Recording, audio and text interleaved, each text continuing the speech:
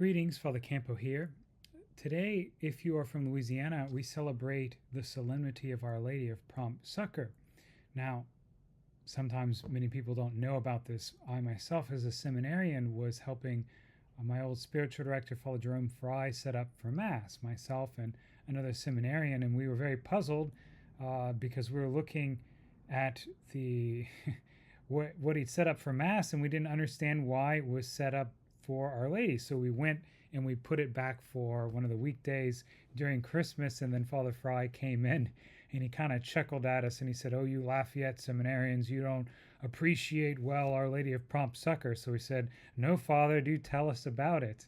So we celebrated the Mass, and I'll share with you a little bit of what I learned that day and have learned more about since. But Our Lady of Prompt Succor is a solemnity in the province of New Orleans, which is all of the state of Louisiana.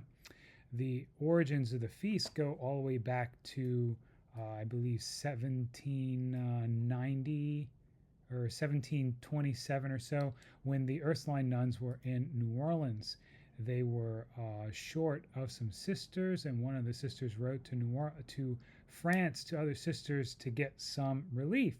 But the bishop was not keen to lose his own sisters running the school there in France, and so he said only the Pope can give that permission, knowing full well that the Pope was at the time a political prisoner of Napoleon, so not a lot of going in and out was going to happen. So the mother nun in France then prayed to Our Lady, saying that if you give me this request of an audience with the Pope to get the permission, I will promote devotion to you under the title of Our Lady of Prompt Succor, or quick help, like you succor a child. So this began the devotion to Our Lady of Prompt Succor as the nuns came then to New Orleans. Another important moment in the devotion was a time when there was a fire. I'm forgetting the date of it, but there was a fire overtaking the city, and the flames were coming straight to the convent. So one of the nuns, before leaving her room, had a smaller statue of Our Lady of Prompt Succor, and she had an inspiration. She's like leaving her room, comes back, puts the statue in the window, and turns the statue towards the fire, and invoked Our Lady of Prompt Succor, right? Quick help. We need it now. The fire's coming. And immediately the wind changed and brought the convent out of danger, but then the winds died down and the fire was able to be quickly extinguished. And people began to acclaim Our Lady of Prompt Succor for this help. So I'll take this moment to pause in the story to say that, we Christians from ancient times have prayed to Our Lady for help. I mean, some people ask, why do you need Our Lady anyway? Why don't you just pray to Jesus? Well, there's a lot of reasons that sometimes we need another advocate in heaven. But one reason that from ancient times we pray to Mary is it's effective. I mean, look in the gospel. How many times in the gospel, especially the wedding at Cana, which is the reading we read at Mass today, that Our Lady's the one who made intercession for the family, going to Jesus saying, "They have no wine. What concern, woman, is this of mine?"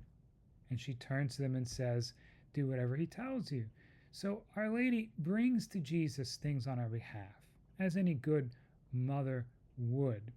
But I'm setting this up to say that Our Lady wants to have a unique relationship with you or with us.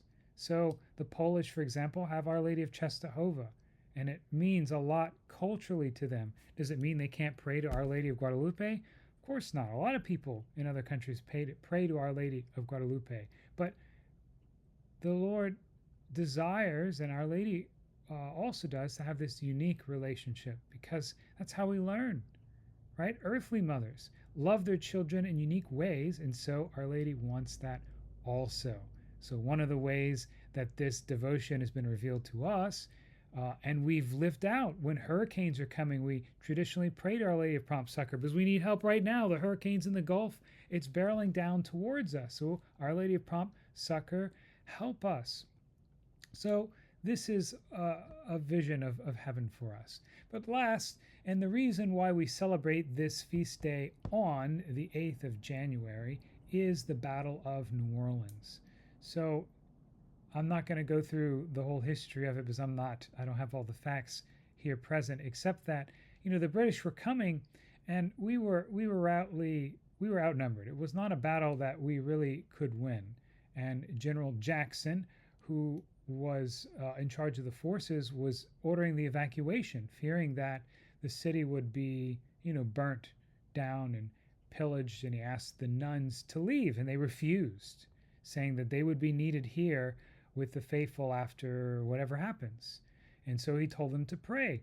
And so they began an all night vigil, as Catholics used to do, still do, and we should do more often. Maybe I'm preaching to myself as I say it, but we had this all night vigil with the Ursulines and basically everyone else who wasn't involved in the defense of the city. And then the mother had promised Our Lady that if this victory would be given, that annually on this day would be a mass in remembrance of her help. And so the next morning, the bishop came and celebrated a mass for the same intention. And at the time of communion, a courier ran into the church announcing victory. So Our Lady of Prompt Succor, who has so often saved our state and especially the city of New Orleans, today let it be a reminder of this help from heaven, that heaven is not unaware of our needs. And while we need to offer prayers to heaven for our need, let us also receive from that care back from heaven, right? We should offer gratitude. Hence, again, January 8th, we celebrated today. But let us not wait or require a Battle of New Orleans level a gift from heaven to remember and thank heaven for the things that they have given us. Let us thank God, and especially for this gift of His Blessed Mother, who He allows to work such great miracles for us, that we may know God's love for us through His Blessed Mother. Thank you for your time, and God bless.